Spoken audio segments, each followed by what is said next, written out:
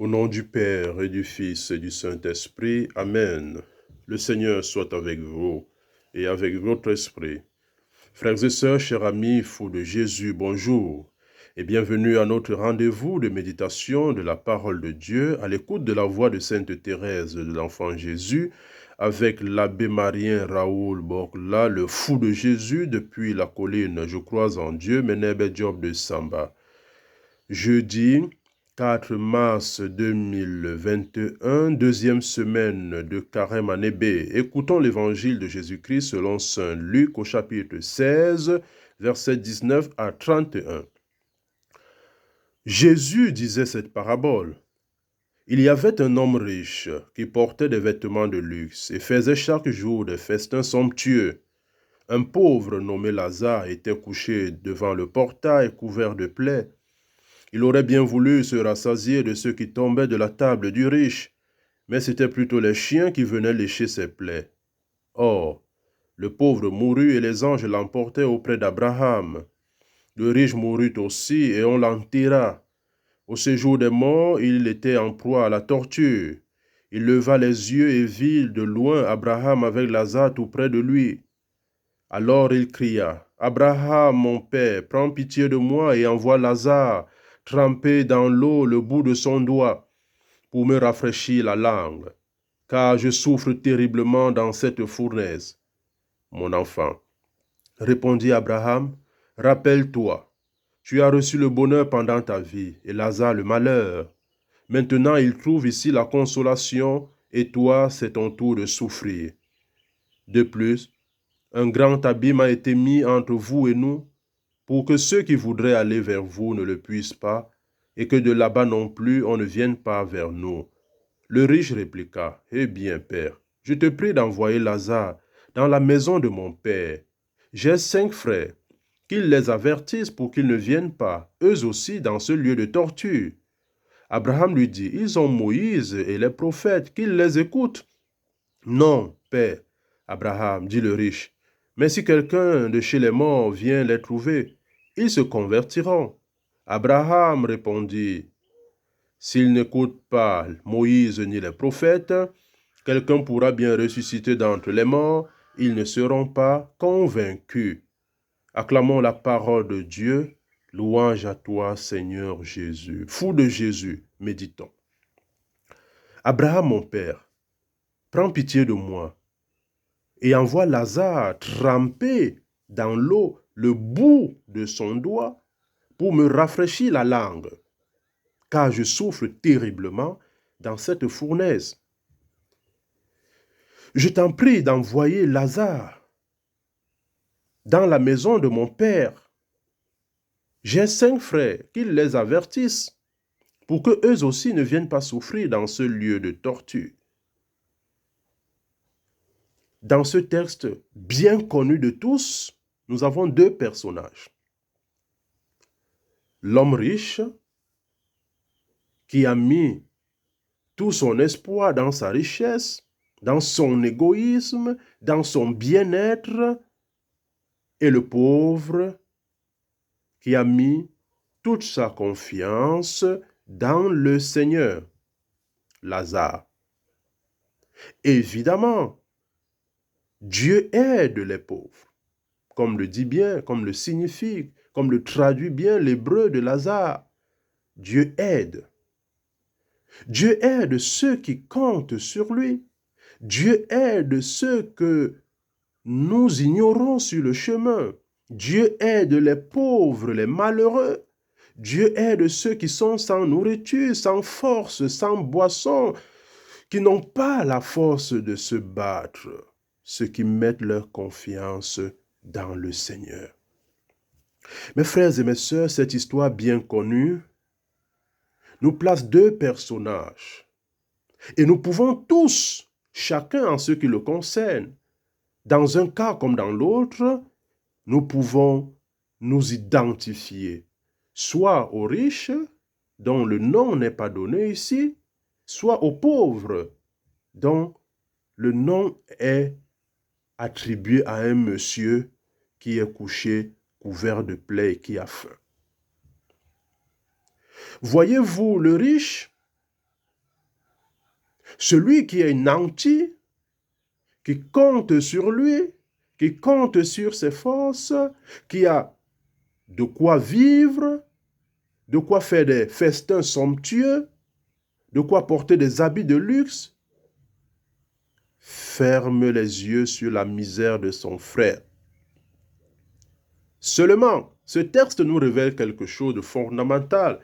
Et c'est ce que je voudrais, avec la grâce de Dieu, que nous puissions méditer ce matin. C'est que dans sa souffrance, le riche a besoin du pauvre Lazare. Écoutez, envoie le Lazare qu'il trempe le bout de son doigt dans l'eau pour me rafraîchir la langue. Envoie Lazare dans la maison de mon père. J'ai 5 frères. Mon frère, ma soeur,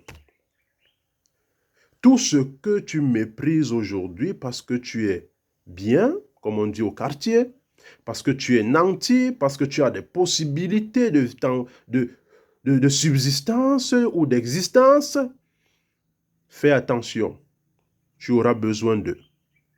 Le pauvre que tu opprimes, tu auras besoin de lui.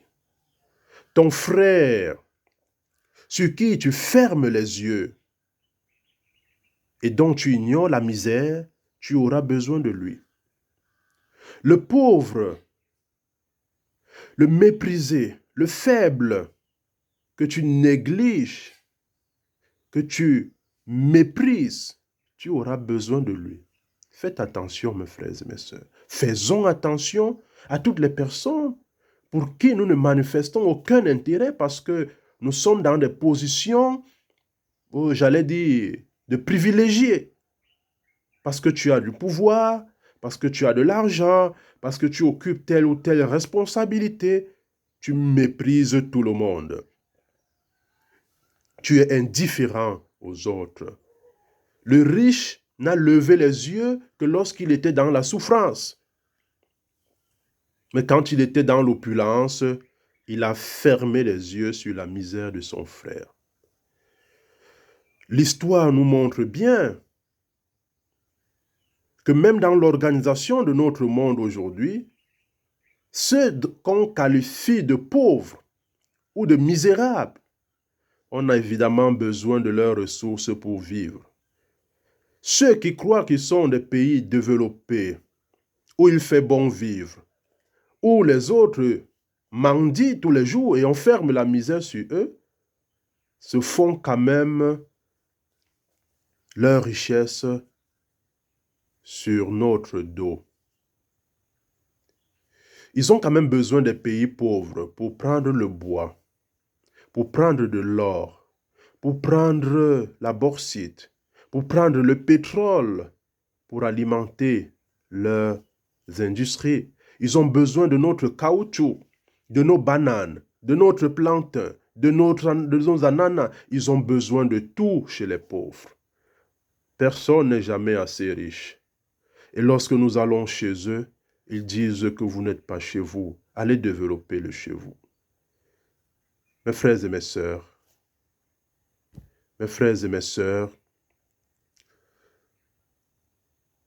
un homme ne se suffit pas. Et chacun a son tour de souffrir. Ceux sur qui tu poses les pieds aujourd'hui pour ton ascension, tu auras besoin d'eux demain lors de ta chute.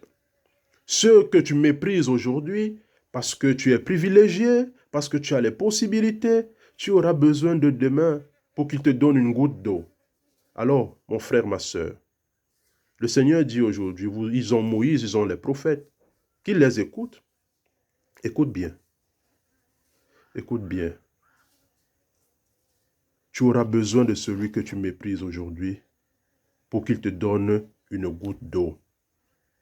Tu auras besoin de lui demain pour qu'il te rafraîchisse la langue. Pense-y. Pendant que tu manges et bois aujourd'hui, pendant que tes enfants sont dans l'opulence, pendant que les enfants de ton pays sont heureux, rappelle-toi que les enfants des pays des autres que tu opprimes, tu auras besoin de demain. Même pour faire ta gloire, tu auras besoin d'eux. Que le Seigneur nous donne d'ouvrir les yeux sur la misère de nos frères et qu'il nous garde de mépriser un seul de ses petits. Seigneur, regarde tous les Lazars qui sont sur le bord du chemin, qui sont devant nos maisons, qui sont dans nos lieux de service, qui sont sur la rue et pour qui nous n'avons aucune attention. Regarde tous ces pauvres, ces misérables.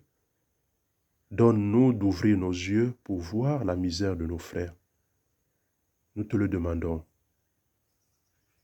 en suppliant et humblement, nous te prions de leur venir en aide à travers les actes que nous posons pour leur bien-être. Nous te le demandons par Jésus-Christ, ton Fils, uni notre Seigneur et notre Dieu, qu'il vit et règne avec toi l'unité du Saint-Esprit, maintenant et pour les siècles des siècles. Amen.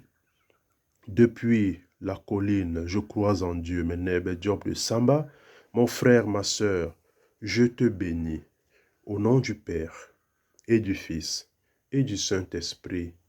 Amen.